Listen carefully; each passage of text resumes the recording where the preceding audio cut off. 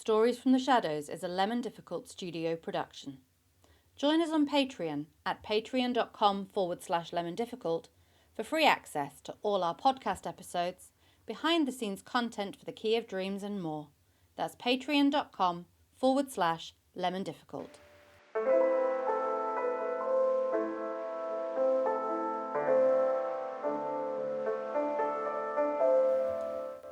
Welcome to Stories from the Shadows, a collection of weird tales of the mysterious and macabre, an offering from the team at Lemon Difficult Studio, featuring the cast of our live immersive show, The Key of Dreams Shadows Lengthen, and special guests. These stories are dark tales of misery and woe. Listener discretion is advised. Today we return to the stories of Treowen manor, with another of the story strains grown and harvested at the culmination of unexpected growth. It is read for us by the wonderful Maxine du Bois. Max plays one of the collectors at Treowen, with an interest in nurturing these stories to full growth and encouraging the guests into greater revelry, a role she fulfills with glee. This story is of a writer who is suffering with some undisclosed affliction of her nerves and is spirited away to Treowen by her doctor husband, who insists she rests in a room where she hates the wallpaper. We head now to a village very near Treowen, where a broadcast from Borderline Radio is just beginning. Borderline Radio presents Stories from the Shadows, pleasing terrors for the discerning listener.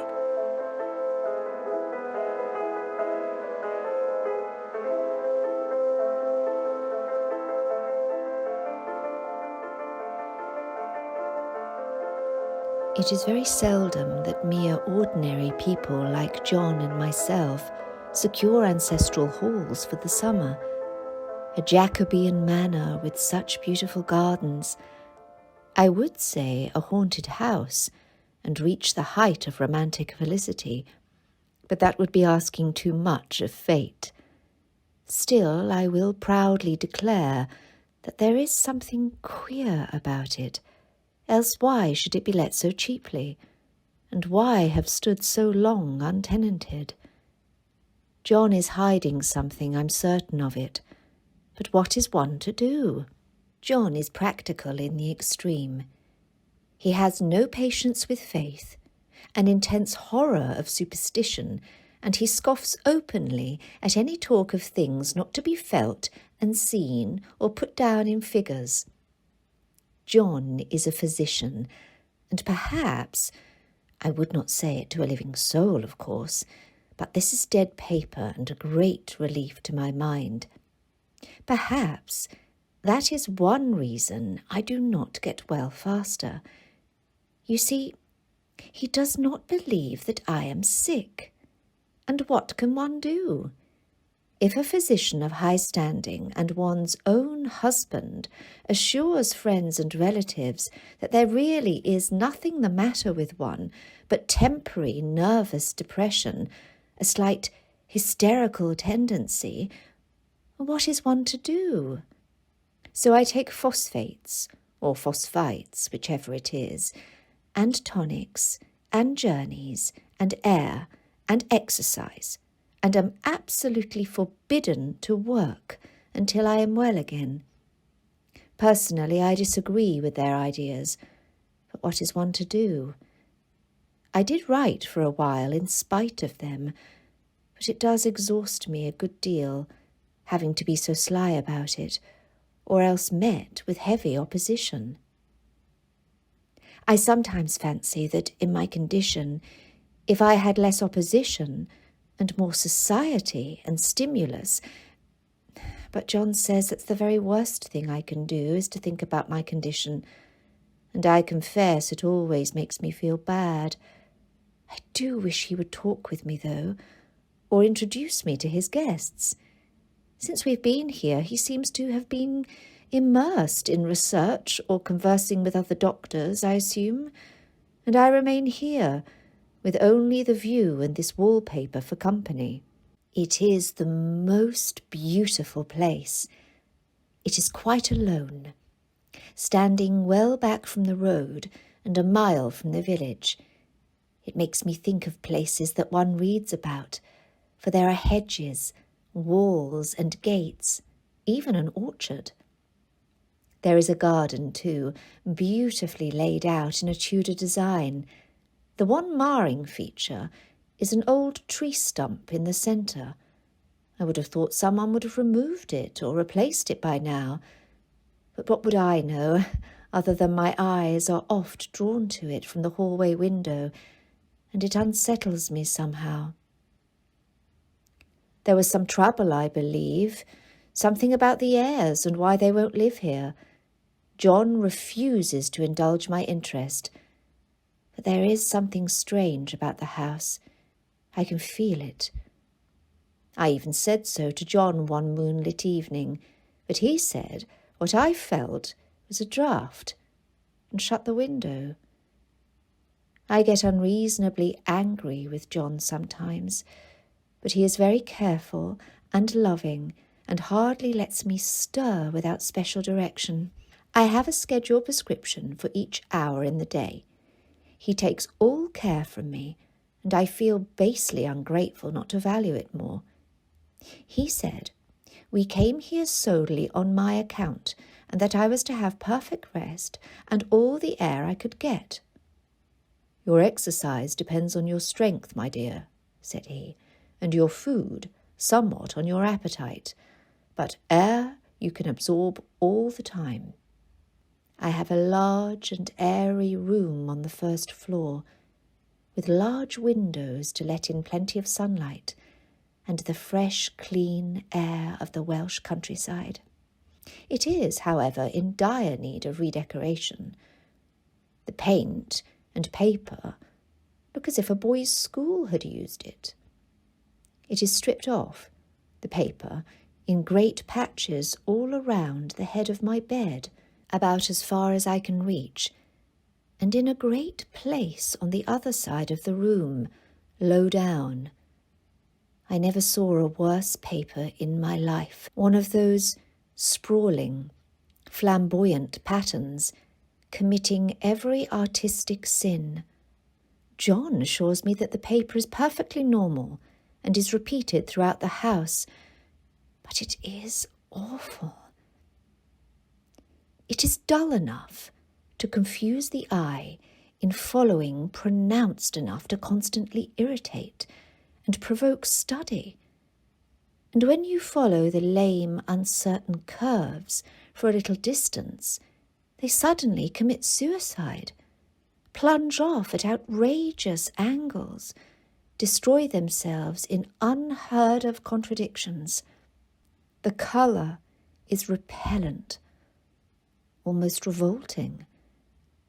A dark, unhealthy, yellowish green, and strangely faded by the slow turning sunlight. It is dull, yet lurid in some places, and has a sickly tint in others. The pattern is only disturbed by the ornate fireplace and the very large portrait at one end of the room. How strange that a house uninhabited for so long could contain a portrait.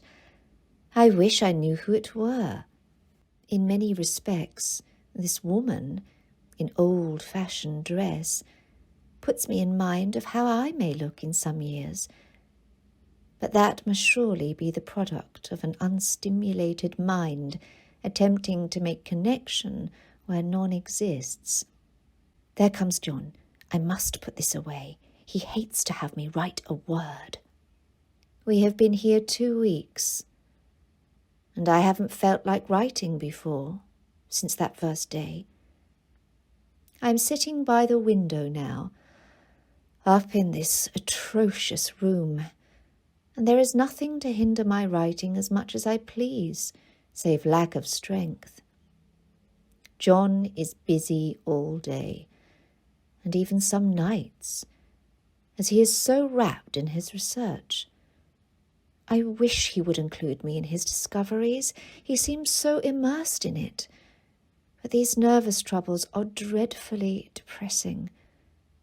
John does not know how much I really suffer. He knows there is no reason to suffer, and that satisfies him. I meant to be such a help to John, such a real rest and comfort, and here I am, a comparative burden already. I suppose John was never nervous in his life. He laughs at me so about the wallpaper. At first, he meant to repaper the room. But afterwards he said that I was letting it get the better of me, and that nothing was worse for a nervous patient than to give way to such fancies. He said that after the wallpaper was changed, it would be the heavy bedstead, and then the barred windows, and then that gate at the head of the stairs, and so on. "You know the place is doing you good," he said, "and really, dear, I don't care to renovate the house just for a 3 months' rental." "Then do let us go downstairs," I said. "There are such pretty rooms there." And then he took me in his arms and called me a blessed little goose, and said he would go down to the cellar if I wished, and have it whitewashed into the bargain. Why would anyone be interested in the cellar? Sitting at the corner of the room, I can see out over the lawn from one window and down towards the orchard from another. There is a beautiful shaded lane that runs down there from the house. I always fancy I see people walking in these numerous paths and arbours, but John has cautioned me not to give way to fancy in the least. He says that with my imaginative power and habit of story-making, a nervous weakness like mine is sure to lead to all manner of excited fancies, and that I ought to use my will and good sense to check the tendency. So I try. I think sometimes that if I were only well enough to write a little, it would relieve the press of ideas and rest me. It is so discouraging not to have any advice and companionship about my work. When I get really well, John says we will ask Cousin Henry and Julia down for a long visit, but he says he would as soon put fireworks in my pillowcase as to let me have those stimulating people about me now. Oh, I wish I could get well faster. But I must not think about that. This paper looks to me as if it knew what a vicious influence it had. There's a recurrent spot where the pattern lolls like a broken neck, and 2 bulbous eyes stare at you upside down. I get positively angry with the impertinence of it, and the everlastingness. Up and down and sideways they crawl, and those absurd, unblinking eyes are everywhere. There is one place where 2 breadths didn't match, and the eyes go all up and down the line, one a little higher than the other. I never saw so much expression in an inanimate thing before, and we all know how much expression they have. I used to lie awake as a child and get more entertainment and terror out of blank walls and plain furniture than most children could find in a toy store. This wallpaper has a kind of sub-pattern in a different shade, a particularly irritating one, for you can only see it in certain lights and not clearly then.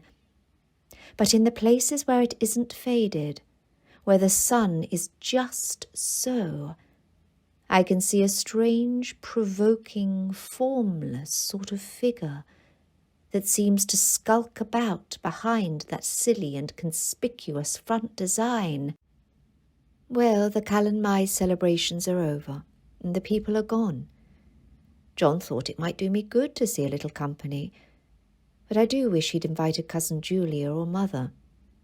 Instead, he had his local doctor friend and his wife, and I am alone a good deal just now. John is kept in town very often, though at times I am sure he returns, but then I do not hear him in the house, and when I ask him, he says I am silly and much mistaken. During the morning I walk a little in the garden, and then return to my room, but outside of these walls I am never alone. I'm sure John has put them up to following me to make sure I don't tire myself too greatly. I'm getting really fond of this room, in spite of the wallpaper. Perhaps because of the wallpaper. It dwells in my mind so.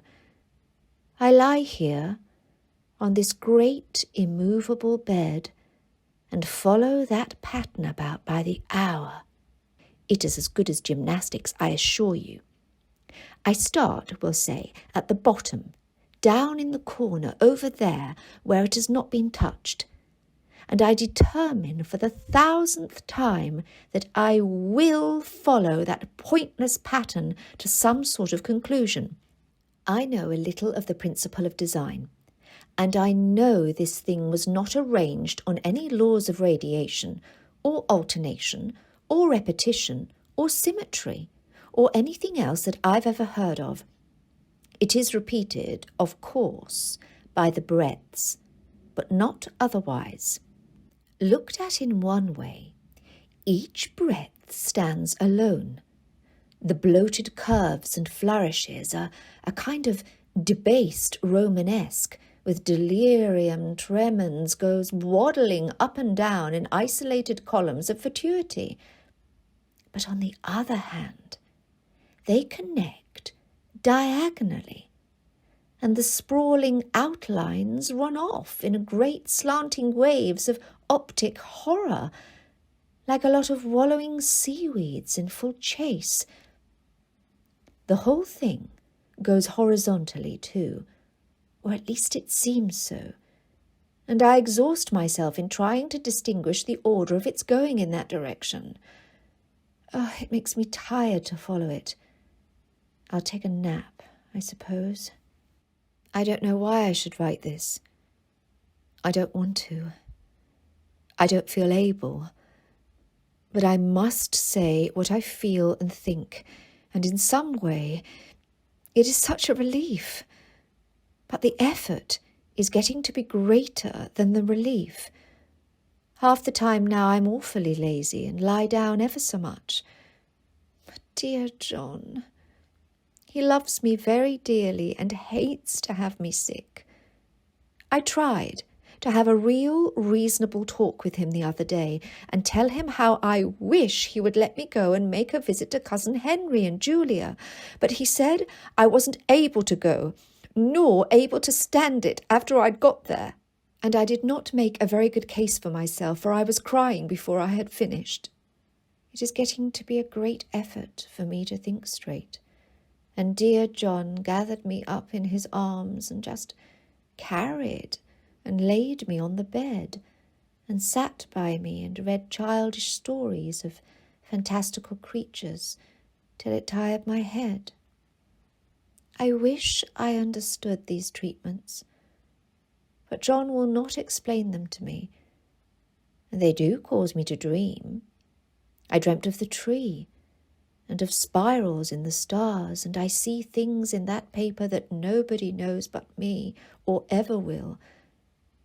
But behind that pattern, the dim shapes get clearer every day, and it is like a woman, stooping down and creeping about behind that pattern. I don't like it a bit. That was Stories from the Shadows, presented by Borderline Radio. Join us again tomorrow at the intersection of sanity and revelation.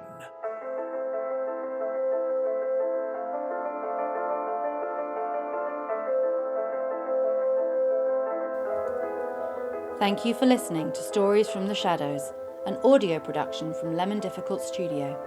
If you enjoyed today's story, be sure to follow us on socials and join our Patreon at patreon.com/lemondifficult for exclusive rewards. Members of our free tier have access to all episodes of Stories from the Shadows, as well as behind-the-scenes content and the latest updates on our live immersive show, The Key of Dreams: Shadows Lengthen. Until next time, dream by daylight.